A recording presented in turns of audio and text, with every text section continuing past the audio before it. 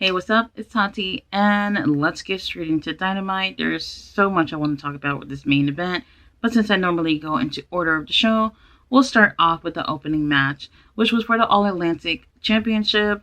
Orange Cassidy versus Jay Lethal. This is the third time in a row where they started off with a match for the All Atlantic title. Now, I didn't mind this. This was probably the best match of the night, maybe I would say. They were very, very good. They had real great chemistry in the ring. We really got to see a little bit more of a serious side from Orange Cassidy, and both these guys in the ring were working an injury. Orange Cassidy with some issue with his knee, and then we also had Jay Lethal with an issue with his shoulder. So those issues did come into play quite a bit in this match. I really did enjoy this.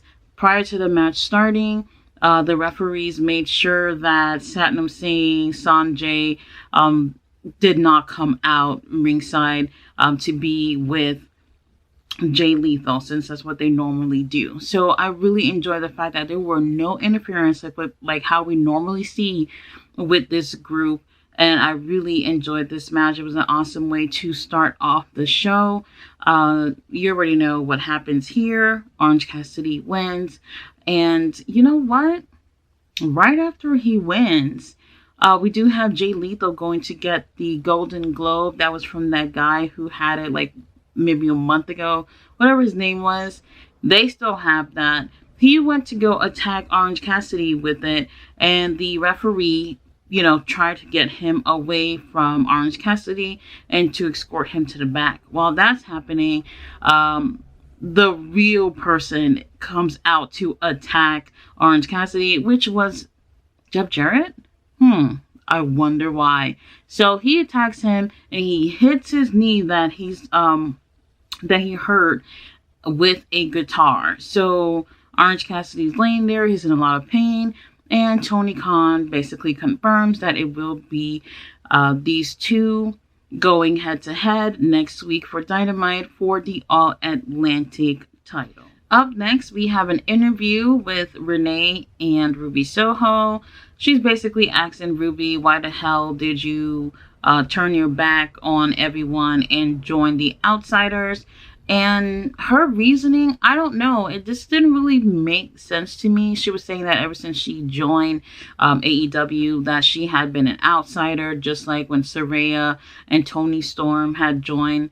And I felt like I didn't really see that. I don't really know.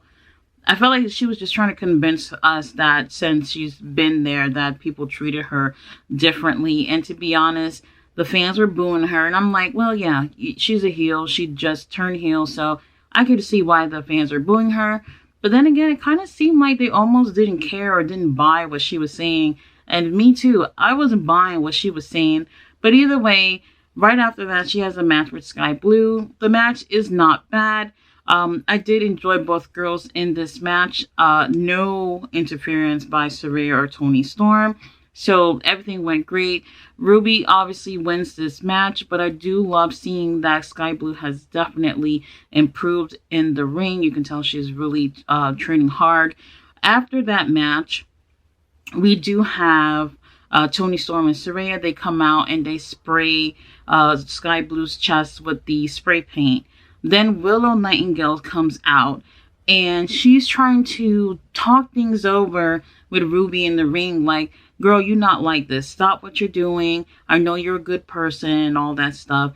And Ruby is just not listening at all. And they attack her too and spray paint both the girls. Now, I'm over the storyline, but I'm interested to see where this is going to go as far as the women's division go. We're just only seeing the same group of girls. And to be honest, that's a little bit annoying right now. So up next, we had FTR being interviewed by Tony Schiavone in the ring. And when I tell you, these motherfuckers are over. They're so freaking over. And the crowd was just cheering to the top of their lungs. I loved it. I loved it, loved it, loved it. I do love FTR. However, I do feel like as far as them being AEW tag champions, it's way overdue, especially since they had all those titles last year. So I'm glad that they're creeping their way back into the AEW tag division. And, basically their promo was about how much they love the fans and how much they love AEW, and that they are coming to save us from the guns by them snatching those titles right off their waist. And I can't wait to see that happen. Let's move on to the next match. So up next, we have the Jericho Appreciation Society versus Top Flight and AR Fox. So real talk, I was not feeling this. Now, at first, I was excited when they announced this match, and I was like, oh, this is going to be a banker. But to be completely honest, this match does not compare to what we've been seeing AR Fox and Top Flight doing with other trios. It just felt a little flat for me. I'm not sure if other people would agree, but sometimes when you're on a high and then you just hit a low, it just doesn't make sense. I just feel like this wasn't the trios to go against Top Flight and AR Fox. The match wasn't so bad. For the most part, we do have Jericho Appreciation Society pretty much having the upper hand, and Dante was the one who was in the ring for the most part from his team. Now, towards the end, we do have Darius who tags in, and things start picking up and get a little more interesting in the ring. However, we do have Jake Hager interfering with a bat, and that helped the Jericho Appreciation Society to win. And to be honest, I feel like this faction here is just not needed. After that match, we do have the Jericho Appreciation Society basically putting themselves at the #1 spot to be the #1 contenders for the trios titles. And while they're over here celebrating and making it seem like, they're the best or whatnot, then the Elite comes out and they're telling them, hey, take a fucking back seat. We are going to retain those titles. And while they're going back and forth, we do have Kenny Omega, who's on the mic doing all the talking for the Elite. And then Don Callis comes out, and he's the one who wants to do all the talking. To be honest, I don't mind Don Callis, but I do feel like Kenny's great on the mic. We really don't need Don in every instance. But either way, while they're making their exchange, House of Black interrupts everything with a video package. Then the light goes out, and they're in the middle of both trios. And they are holding the titles. They actually really look really great with those titles. And I'm really interested to see where this goes. Basically, Tony Khan announced that it's going to be the Elite, House of Black, and Jericho Appreciation Society, which is Sammy, Chris, and Danny. They're all going to be having a match on Dynamite for the Trios Gold. Absolutely. Already know House of Black is going to retain, and they better retain. There's just no way the Elite is snatching that back, and I don't see Jericho Appreciation Society winning this at all. Next, we have the Dark Order, John Silver and Alex Reynolds versus Jon Moxley and Claudio Castagnoli. Now, this match right here, it was okay. I do feel like this was kind of like a filler match to a build up to something even bigger. Now, during this match, we get to see much more of an aggression from both teams. I know some people would probably not look at the Blackpool Combat Club as heels. I don't see them like that. They seem pretty neutral to me. However, tonight, I do feel like they came off like heels for sure. Also, what I do enjoy is that we're seeing much better things from the Dark Order, specifically, John Silver, Alex, and Evil Uno as well. He wasn't in this match, but he does come in later after the match. And I like that because for so long, it just feels like they weren't doing anything with the Dark Order. So now we're seeing a little bit of grit from them. We're seeing some attitude, and we're seeing that aggression in the ring. And I feel like they're slowly building them up to be better competitors. And I'm seeing that every week that they're progressing with that. So I really like that they put them in this storyline as well, to the whole Moxley and Adam Page thing. So now, end of the match, Jon Moxley ends up winning for his team via submission. After that match, the Blackpool Combat Club decided that they were going to beat up on both Alex and John.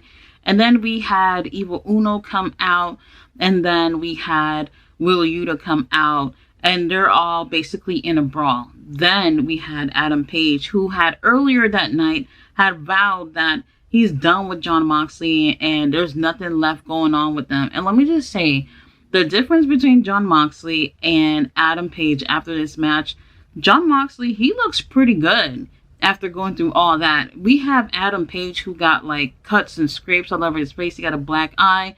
He looks pretty horrible after that match. So now they're in an all-out brawl. What is it, 7 of them? And, you know, the referees are out and the crowd is like, let them fight, let them fight, let them fight. And to be honest, I wanted to just see them fight. It would have been entertaining. But the referees do stop it. And then the Blackpool Combat Club end up leaving through the audience. And I like where they're going with this.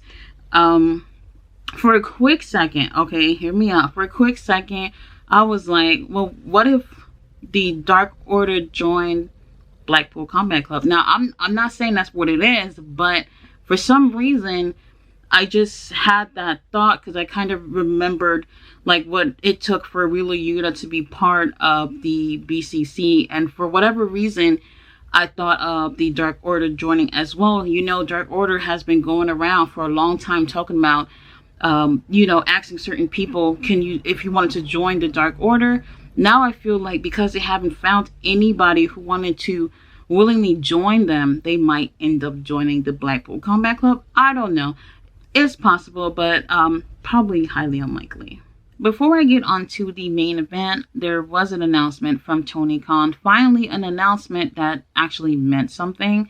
So we do have Tony Khan, who is announcing the match between Orange Cassidy and Jeff Jarrett for next week. They're going to be in Winnipeg, so that's in Canada. And the All-Atlantic title will no longer be called the All-Atlantic title. It would be called the International title. And I do feel like that's much better than All-Atlantic title, because All-Atlantic is just covering just one part of the map rather than the entire part of the map.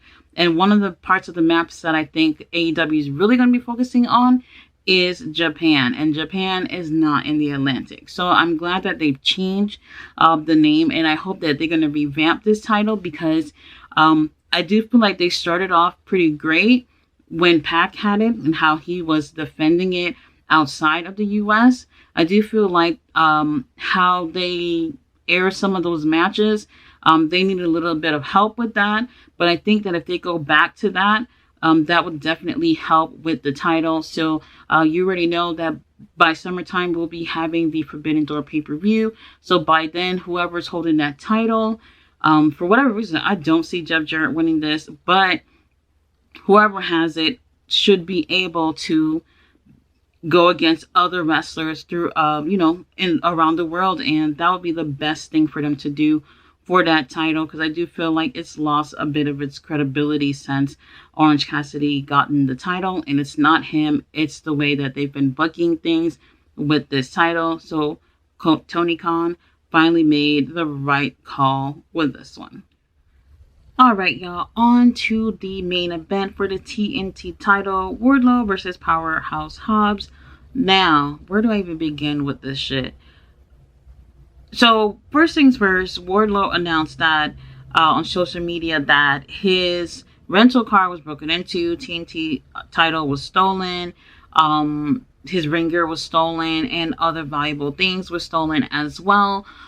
So he comes onto the show and he announced that he and Hobbs are going to have a match where basically it could be anywhere in the arena and they're going to win via a pinfall, submission, or count out, whatever. Like, he's waiting to get his hands on Hobbs to release his frustration.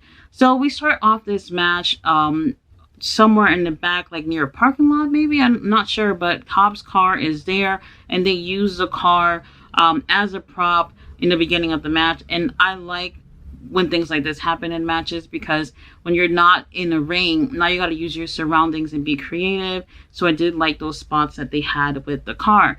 Now, once I get back out towards the ring, I did feel like things kind of died down, and it felt like, I don't know, I just was a little bit bored at that point since they moved onto the ring.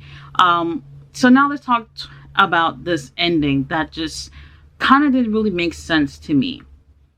Now, Wardlow and Hobbs are moving on towards the announce table, and the announcers are all freaking out, like, please don't come over here.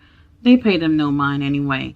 So now Wardlow, he is about to deliver a powerbomb symphony to Hobbs on like some part of the set, and right before he can even lift him up, we have someone run out and hit Wardlow with a chair. And guess who the fuck it was? QT Marshall. I couldn't even believe it. I was like, what the fuck? This is so random. Like, what? And then QT proceeds to help Hobbs win this match. I think they delivered like a choke slam. I'm not sure if it was maybe a double choke slam or whatever. Onto a different part of the stage where Wardlow was going to deliver the powerbomb symphony. He goes through the stage and he loses via countout. What the fuck? First things first, QT of all people. Now, for the past few weeks, we've been seeing this little graphic come on the TV, says QTV.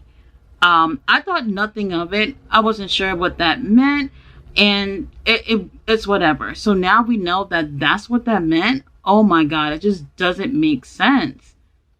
So as I'm thinking to myself that none of this makes sense, the announcers announce how it does make sense, and that QT had promised Hobbs that he would have his back whenever he needed it. And I guess this was the moment. This is absolutely just, like, the way it happened, just weird. QT didn't really seem like he fit in this moment. Like I said, they didn't even mention about whatever promise that QT made to Hobbs. None of this just wouldn't make sense, and I just didn't like it. I wish it could have happened another way. Another thing that I don't like about this is last year AEW was playing hot potato with the TNT title with Scorpio Sky and Sammy Guevara, and I was just over it at that point. And we're doing the same thing with the TNT title again in 2023. That's absolutely insane. Wardlow just won it 3 fucking days ago, and now Hobbs got it. I bet you Wardlow will be winning it in not even too long from now. I hate when they do this hot potato thing where it's like within the same group of people. I'm just over it. You know, congrats to Hobbs for winning the title, but I just didn't like the way it was done. Man, this is the main event. This is how you closing out your show. It should have been so much better than this. One more thing that I forgot to mention was that we did have a promo from Bryan Danielson about his loss from the match with MJF at Revolution. And he basically says that, you know, MJF is right about things, and how towards the end of the match he wasn't able to feel like parts of his body, like he was so broken, and that's going to take him away from his children. So he said that he thinks it's best for him to go home. So I believe we're going to not have Bryan for a while, and when he comes back, he can go back for the title. Like, I don't think anybody would object to that. He's a phenomenal wrestler, and if he can get a rematch sometime in the future, he has certainly deserved it. Guys, thank you so much for watching my video. I am just a little annoyed with Dynamite. It could have been much better tonight. I'll be back on Friday with a review for Rampage. Bye.